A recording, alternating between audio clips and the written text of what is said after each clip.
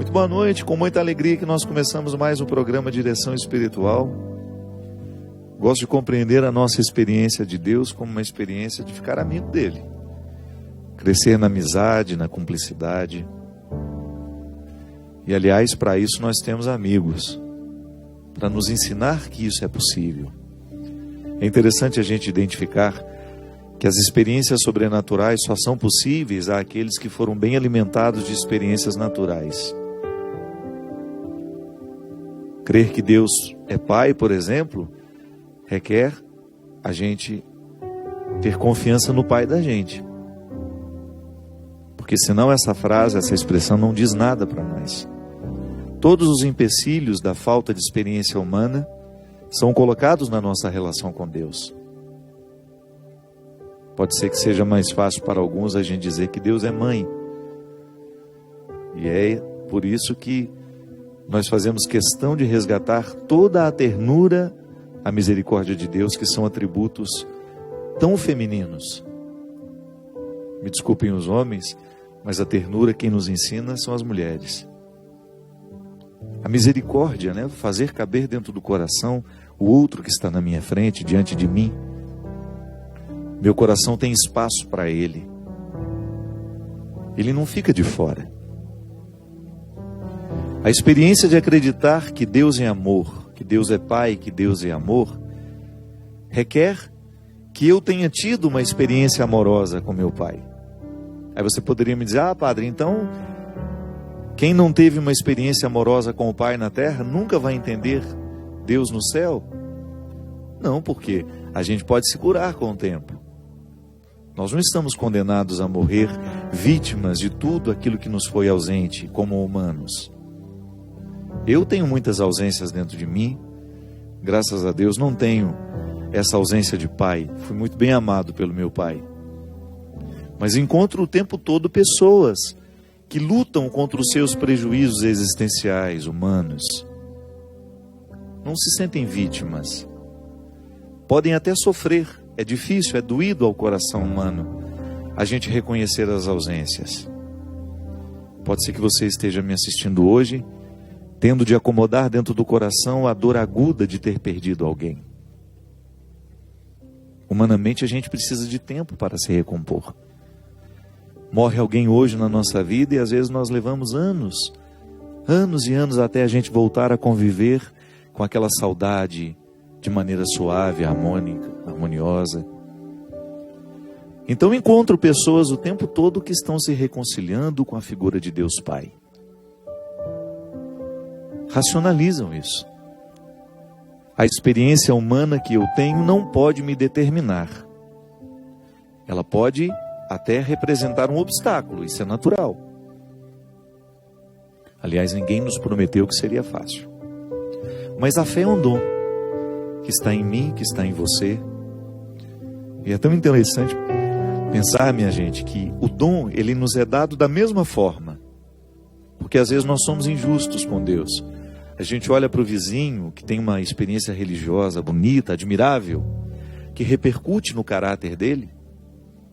Porque o bom religioso não é aquele que quantifica o tanto de vezes que vai à igreja, não. É aquele cujas vezes ele foi à igreja, causou transformação no jeito dele ser. E às vezes a gente olha para aquele que parece ser um pouco mais religiosos do que nós, aqueles que são aparentemente mais fiéis do que nós, e a gente fica na tentação de pensar que Deus deu mais fé a ele do que a nós. Não. A mesma fé que está no coração do Papa foi dada ao seu coração também. O que nos diferencia, muitas vezes, nessa experiência, é o tanto que a gente cultiva o que recebeu. Tudo lhe foi dado. Aliás, Santo Agostinho nos dizia que Deus só nos pede aquilo que já nos deu. Ele não vai nos pedir o que não nos deu. Então a fé é uma resposta natural que eu vou desenvolvendo à medida que eu vou crescendo, amadurecendo. De formas diferentes também, porque a sua fé manifesta dentro do contexto da sua humanidade, tudo aquilo que lhe é próprio. Eu tenho um jeito de ser, você tem outro, Christian tem outro. E a nossa fé vai se manifestar a partir do nosso jeito de ser. Por quê? Porque Deus fala a linguagem que nós sabemos ouvir. Deus não vai falar com você com uma voz que você não entende. Você pode até não estar entendendo o que Ele está te dizendo, mas é porque falta prestar atenção. Ele está falando a linguagem que você entende. É igual quando eu fui para o seminário. O que me fascinou lá foi a piscina. Porque desde menino, engraçado isso, eu olhava aquela piscina lá da Praça Esportes, em Formiga, onde a gente frequentava. Aquilo era tão fascinante para mim. Sempre achei uma piscina uma coisa fascinante. Pode ser uma bobagem, né, de criança, mas foi importantíssima no momento em que eu entrei no seminário e vi aquela piscina lá. Ele falou a linguagem que eu sabia entender. Poderia inventar para você que um dia eu estava no meu quarto rezando e eu ouvi aquela voz, Fábio. Não, nada disso aconteceu. Foi muito natural o convite que Deus me fez. Fabinho, que tal ter uma casa com piscina? Aquela piscina durou para mim, claro, durante muitos meses eu admirei aquilo, mas depois eu me acostumei, porque tudo é assim, né? É maravilhoso enquanto você não tem, depois que tem você se acostuma. Mas foi a voz que eu soube ouvir. Deus falou comigo de um jeito que eu entendia. Então a gente entende que Deus Pai é amor, quando eu faço uma experiência positiva do meu Pai que é amor. E se eu não tive esse Pai amoroso na minha vida, eu faço uma transposição. Eu entendo a partir disso. Então eu racionalizo. É verdade, o Padre Fábio tem razão.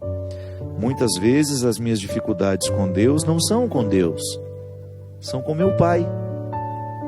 E como eu chamo de Deus de Pai, eu transfiro automaticamente as dificuldades que eu tenho meu Pai para Deus. É uma terapia, né? Tomar consciência disso é terapêutico, porque te liberta. Jesus já dizia isso.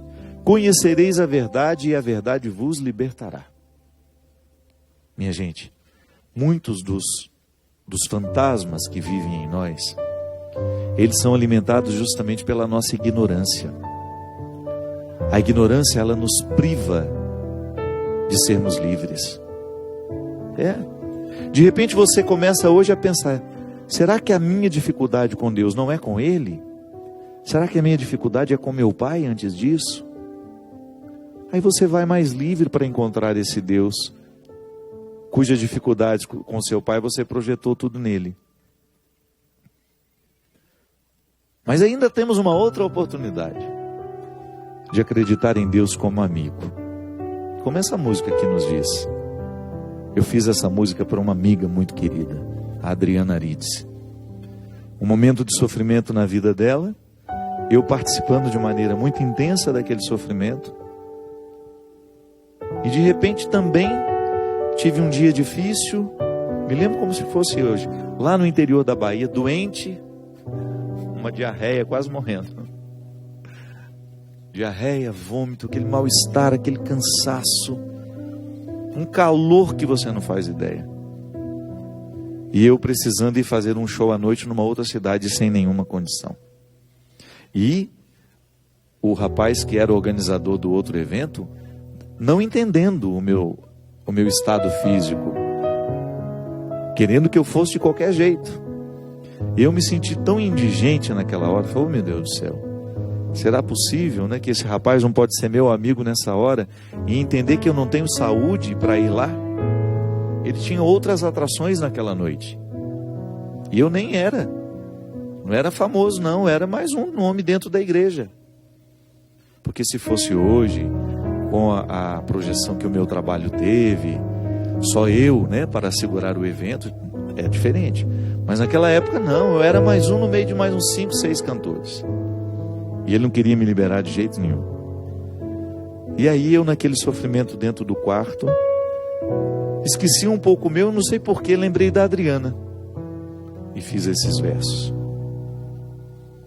Experimentei ali a força da amizade no momento em que a gente é pura solidão. Ninguém ali naquele momento podia viver aquele desconforto por mim. Mas eu saber que alguém se interessava por mim naquela hora, e eu me lembrei porque eu tinha certeza que se a Adriana estivesse ali, ela cumpriria o meu lugar, ela assumiria o meu lugar. Ela canta também. Quantas vezes naquela época a gente dividia o palco, a gente dividia a missão. Então foi uma música que nasceu a partir dessa certeza que a amizade é uma espécie de resgate. Nós somos resgatados pelas pessoas amigas. O amigo, ele tem um olhar capaz de nos resgatar do fosso das nossas misérias. Assumir o lugar do outro é tão sofisticado do ponto de vista humano, porque requer tanto desprendimento em assumir e o outro permitir que seja assumido o seu lugar. Então a gente vai fazendo a experiência do amigo como algo essencial à nossa vida. O outro faz por mim aquilo que eu tenho dificuldade de fazer, ou o outro faz por mim aquilo que eu não posso fazer. Aí você compreende o significado mais profundo da amizade, que é justamente a gente ser esse sinal sagrado de salvação na vida do outro. Hoje, minha gente, sobretudo por ser celibatário, por ter feito a opção de não me casar, de não estabelecer um vínculo estreito, emocional, sexual, afetivo com uma pessoa, eu tenho que elevar a categoria máxima a amizade na minha vida. Porque o padre, ele pode ser celibatário desde que ele ame e seja amado. O celibato só é possível às pessoas que se amam. As pessoas que amam e são amadas. As pessoas que não desistiram da sua vida afetiva, emocional e até mesmo da sua sexualidade. Porque eu não retiro a minha sexualidade para amar um amigo. Eu não retiro a minha sexualidade para desenvolver a minha missão. É tudo no mesmo pacote de inteireza, de dedicação. E é tão interessante quando eu identifico que eu estou conseguindo ser celibatário justamente por causa das amizades que eu tenho ao meu lado, que são os amigos que me fortalecem, são os amigos que me sustentam, que me dão condições de ser quem eu sou, de fazer o que eu faço, de viver a vida que eu vivo. O amigo é esse enviado de Deus na nossa história, que faz a diferença na palavra que nos diz, no olhar que nos dispensa, na cura que realiza em nós. Eu fico olhando nos evangelhos, e cada encontro que Jesus tem, esses encontros que são narrados, em que o evangelista faz questão de colocá-lo diante de uma pessoa, de um personagem. Vou pegar meus óculos aqui que eu estou meio cego. Você sempre identifica uma experiência de amizade, por mais breve que seja aquele encontro de Jesus com a pessoa. Aí você poderia dizer assim: ai padre, mas a amizade não é o cultivo, fruto de um tempo? Sim, também. Mas toda vez que você tem uma pessoa que interfere de maneira eficaz e profunda na sua vida, ela se torna seu amigo, ela se torna sua amiga. Por quê? Pode ser que você nunca mais vai encontrar-se aquela pessoa, mas o encontro foi fraterno e foi amigável. O que aconteceu ali nunca mais pode ser apagado, e é por isso que eu recebo com muito carinho, embora saiba diferenciar no meu dia a dia os amigos dos conhecidos, eu recebo com muito carinho e com muito respeito as pessoas que me encontram, às vezes no aeroporto, num outro lugar público, e me dizem que eu sou um grande amigo delas. Fico muito honrado mesmo, e eu acredito nessa possibilidade. Nós não temos essa amizade de ter o contato diário, de frequentar a casa um do outro, mas a gente tem a amizade que é esse vínculo maravilhoso que o Evangelho nos proporciona aqui toda quarta-feira, de estabelecer entre nós uma comunhão. Participo da sua vida. Você dá valor ao que eu estou dizendo. Você aceita ser guiada por mim aqui no programa Direção Espiritual.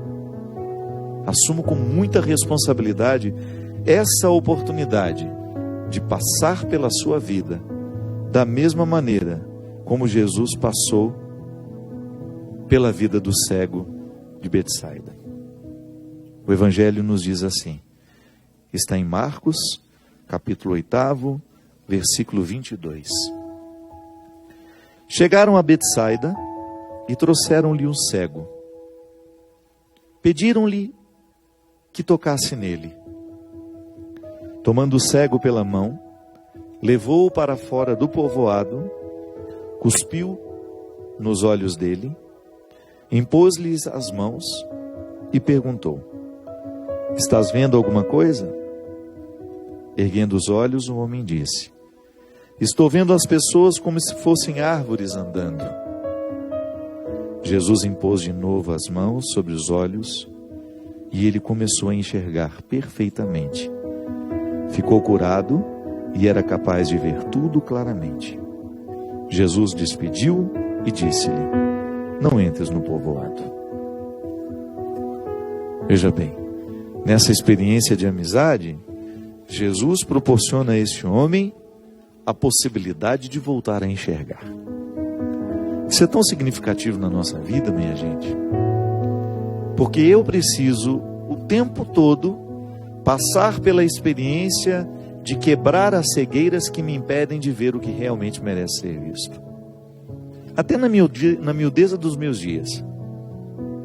Como eu corro o sério risco de dar atenção àquilo que pode esperar e deixar de fazer aquilo que não pode esperar. Muitas vezes fico cego pelo meu excesso de trabalho, por tantas outras coisas que vão tomando o meu tempo, e de repente alguém exerce na minha vida o mesmo papel que esse cego, que Jesus exerceu na vida do cego. Abre-lhe os olhos. Uma palavra tem o poder de abrir os olhos.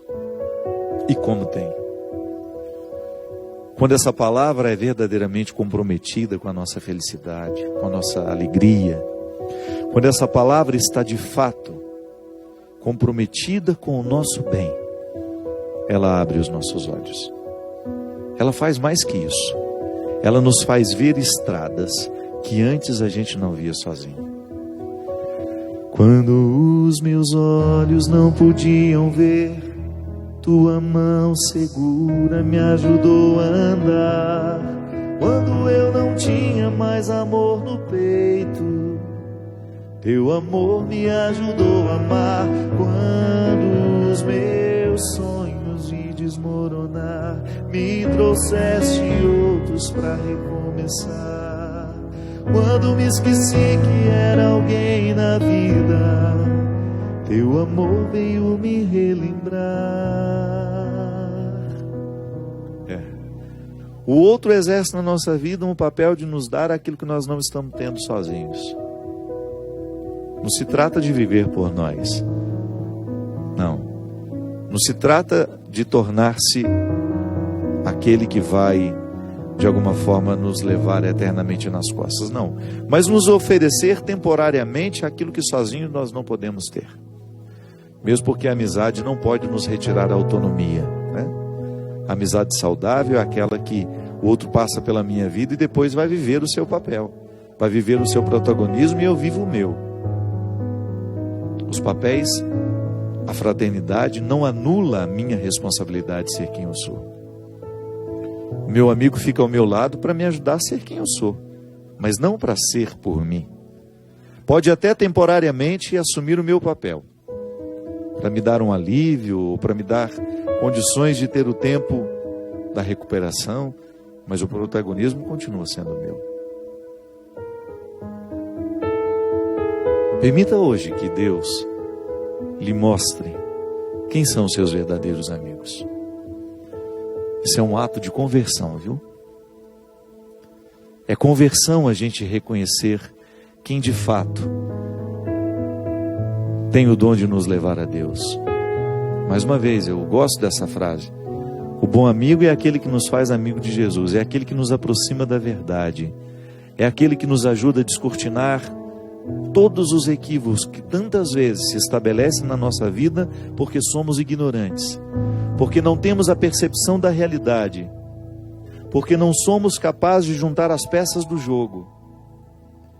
E o verdadeiro amigo, ele tem esse dom de nos encaminhar ao lugar certo, ao momento certo, para que a intervenção aconteça com muita sabedoria e você consiga mudar aquela peça que até então estava prejudicando o seu desempenho e a sua vitória. Eu espero que nesse tempo tão especial, onde o nosso coração fica aguçado a perceber o que é errado em nós, porque a Quaresma nos proporciona isso, um olhar ainda mais cirúrgico sobre a realidade humana, de você ser capaz de cortar na carne com o seu olhar,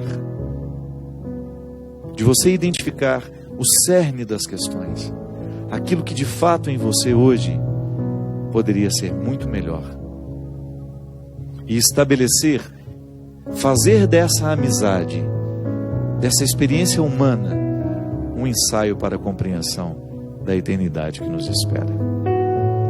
Viu? Eu espero que hoje esse programa nos ajude a ver, reconhecer este Deus amigo que nos ama através das pessoas. Quando os meus olhos não podiam ver, tua mão segura me ajudou a andar.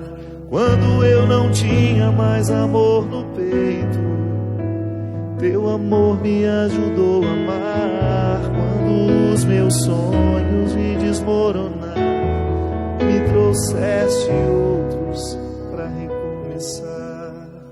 Quando me esqueci que era alguém na vida, teu amor veio me relembrar que Deus me ama, que eu não estou só, que Deus cuida de mim quando fala pela tua voz e me diz coragem. Que Deus me ama, que eu não estou só, que Deus cuida de mim quando fala pela tua voz e me diz coragem.